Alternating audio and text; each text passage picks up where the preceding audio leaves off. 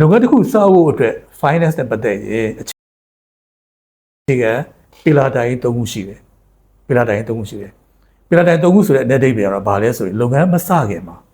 လိုအပ်တဲ့ capital အရင်းအနှီးတွေကိုဘယ်လိုရယူမလဲဆိုတဲ့ capital resource planning ပေါ့ CRP နဲ့ပတ်သက်ပြီးအစီအစဉ်ဆွဲရတာပေါ့ဒါ first pillar လုပ်ငန်းမစခင်လုပ်ငန်းစနေတဲ့အချိန်မှာတော့အဓိကလုပ်ငန်းကြီးလည်ပတ်နေတာခုနပြောသလိုရှုံးနေသလားမြတ်နေလားဆိုပဲ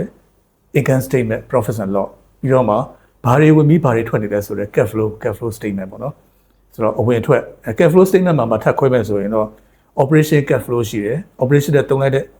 ပတ်စံရှိတယ် outflow ပေါ့ operation တွေပြန်ဝင်လာတဲ့ပတ်စံရှိတယ် inflow ဆိုတော့ flow in flow out ပေါ့ရှိသလိုဒီ investment နဲ့ပတ်သက်ရင် investment တွေထုတ်သုံးလိုက်တဲ့ပတ်စံတွေရှိတယ် outflow investment တွေပြန်ဝင်လာတဲ့ပတ်စံတွေရှိတယ် inflow အဲ့တော့ operation နဲ့ပတ်သက်တဲ့ cash flow ရှိတယ် investing နဲ့ပတ်သက်တဲ့ cash flow ရှိတယ်နောက်တစ်ခုကဘာရှိနိုင်တယ်လဲဆိုတော့ဒီ finance နဲ့ပတ်သက်တဲ့ cash flow ရှိဒါ flow ကြီး၃ခုပေါ့ဒါ cash flow statement နောက် statement တစ်ခုကတော့နောက်ဆုံး statement တစ်ခုကတော့ကိုတီကိုလုပ်ငန်းတွေလဲပတ်နေတဲ့အချိန်မှာကိုယ့်ရဲ့ပိုင်ဆိုင်မှု assets တွေဟာဘယ်လိုရတာပြီလဲကို assets ဆိုတော့ပိုင်ဆိုင်မှုတွေဘယ်လောက်ရှိတာပြီလဲနောက်ပြီးတော့ liability ဘက်အချမ်းပါဆိုရင်တော့ equity နဲ့ liability ဘက်အချမ်းပါဆိုတော့ဘယ်သူတွေကိုဘာတွေပေးဖို့ရှိတယ်လဲဥပမာဒီ equity ကတော့ဒီ share ရှင်တွေကိုပေးဖို့ကိစ္စတွေရှိမယ်အကျိုးအမြတ်နဲ့ပတ်သက်ပြီးခွဲဝေပေးဖို့ကိစ္စတွေရှိမယ် equity ဘိုင်းကဒါ equity ဘိုင်းပေါ့နော်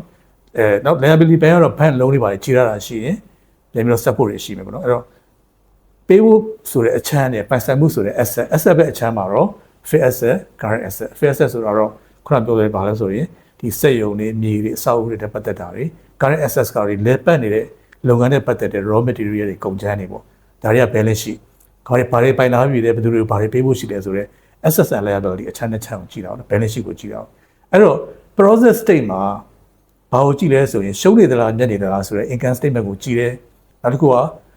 ticket flow ငွေဝင်ငွေနဲ့ပတ်သက်တဲ့အဝင်အထွက်တွေငွေအဝင်ထွက်တဲ့ငွေရဲ့စီးဆင်းမှုတွေပေါ့ဒီ flow in flow out စီးဆင်းမှုတွေကိုကြည့်တယ်နောက်တစ်ခုက assets ဘာတွေရှိသားပြီလဲဘယ်သူတွေဘာတွေပေးဖို့ရှိလဲဆိုတော့ assets and liability balance sheet ကိုကြည့်တယ်ပေါ့ဒါ process မှာကြည့်တာပြီးသွားရင်တော့နောက်ဆုံးတက်ပေလာဖြစ်တဲ့ဒီ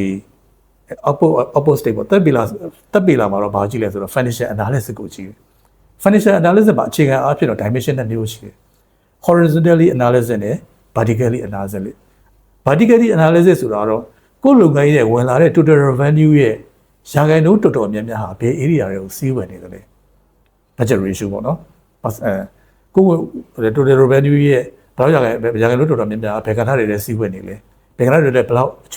ရာခိုင်နှုန်းစီးဝင်နေလဲဆိုတော့ကြည့်တယ် budget ratio အချိုးအစားကိုကြည့်တယ်ဒါက vertically analyze လုပ်တာ horizontally ကတော့မနစ်က January နဲ့ဒီနေ့ January အရာ month by month year by year quarter by quarter comparison နဲ့ကြည့်တာကတော့ဒါကတော့ horizontally analysis ပေါ့အဲ့တော့ finance ကိုကြည့်လိုက်ရင်တော့အခုပြောသွားသလိုပဲ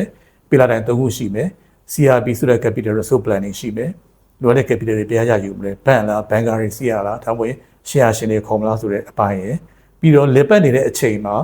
ရှုံးနေသလားမြတ်နေလားဆိုတဲ့ income statement